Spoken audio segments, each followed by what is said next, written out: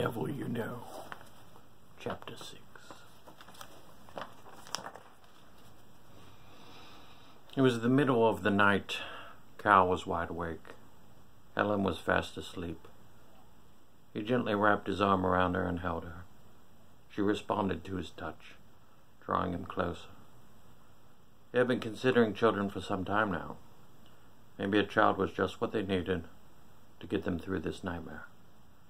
"I love you, Helen," he whispered in her ear. "I will always love you." She held on to him tighter and stirred half asleep. "I love you too, Kyle." Kyle closed his eyes and clung to his wife.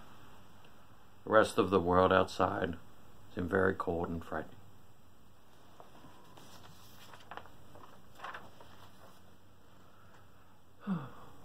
"Where are you now, Father?"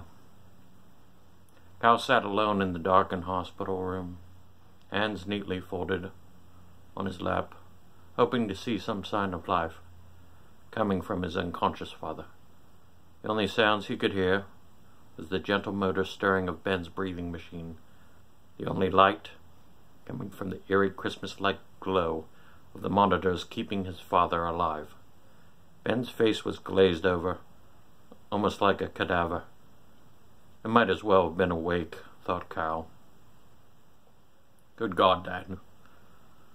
What were you involved with? Who are these people?" Kyle knew he was talking to himself, but felt better to say it out loud in front of his father. Ben could offer little more than a statuesque gaze back at him.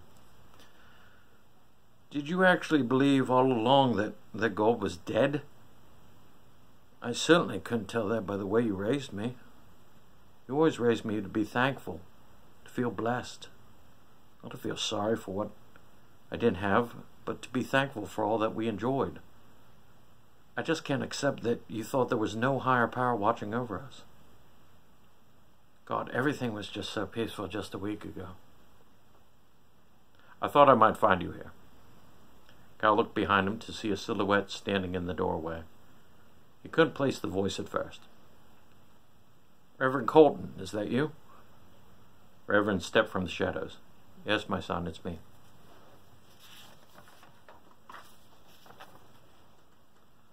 The Reverend picked up a chair and set off to the side and sat next to Kyle's. He laid his hand on Kyle's shoulder. "How are you, my son?" "Truth be told, I haven't really thought about myself much in the past few days. Most of my thoughts are on my father.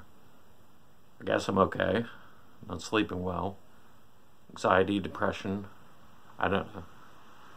I guess they're normal for someone to feel when something like this happens. I don't want to lose him, Father. He's the most decent man I ever met. Can't even remember him having a moment of doubt or weakness. Always the rock of strength others need to hold on to. Now he needs that rock, and I'm not sure how much good I am to him. I guess I get my emotional stability from my mother." Kyle tried to smile, but it came out half-hearted. "You're stronger than you know, Kyle. Your father sees in you what you cannot." Kyle held the Reverend's hand and felt a little bit of solace. "Something strange has been happening lately, Reverend. I was contacted by someone who said my father was a part of a secret sect. One that believed, get this, that God was dead and that the devil had taken his place. That the devil was responsible for my father's stroke and they would be coming for me next. You didn't believe this man, did you, Kyle?" "I'm really not sure what to believe anymore, Reverend. See, the other night when I came to visit my father, he was delirious, and he almost told me the same thing. He said himself that he thought God was dead and that I was in danger. And then the other day in church, my wife said that she thought she saw a milkman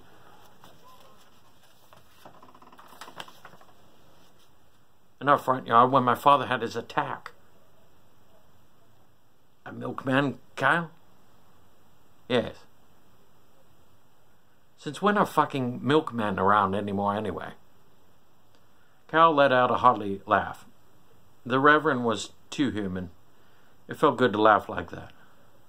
That's what I said. Cal, the devil will try to pervert your mind. He will mix reality with the lies, until you are no longer sure what is wrong and what is right. Well, if that's his plan, Reverend, it is working. It's funny you mentioned a milkman, though, Cal, because that's partially the reason I came here tonight. It wasn't to see your father. I was looking for you. Cal looked at him. You've been looking for me? Yes. The other night in the church, I had a very odd visitor. Happens from time. Delusional, disgruntled with the church. Some of them even Satanist. But anyway, he was ranting about some kind of relationship between God and the devil. I have to admit, I let him get to the better side of my temper. He seemed to know how to strike a nerve with me. And he mentioned something that occurred to me later. He told me he planned on raping and killing someone. He told you he was going to rape and kill someone, Reverend. Yes, he did. Do you think I should have gone to the police? I don't know. Has this ever happened before? Well, I've counseled a rapist in prison before. I suppose ones who told me they still had desires, but nothing so ominous. Something about his voice made me believe him. I think this is why I became angry. So why have you been searching for me, Reverend? Well, I kept hearing what he said to me over and over again in my mind. I can't get it out, and I remember the name of the victim he told me, Cal. What was the name, Reverend? Cal, I mean, it could have been his mother, or a relative or ex-wife he was talking about, a delusional homeless person. It could have been anyone he was talking about, Cal. Reverend, goddammit, what was her name?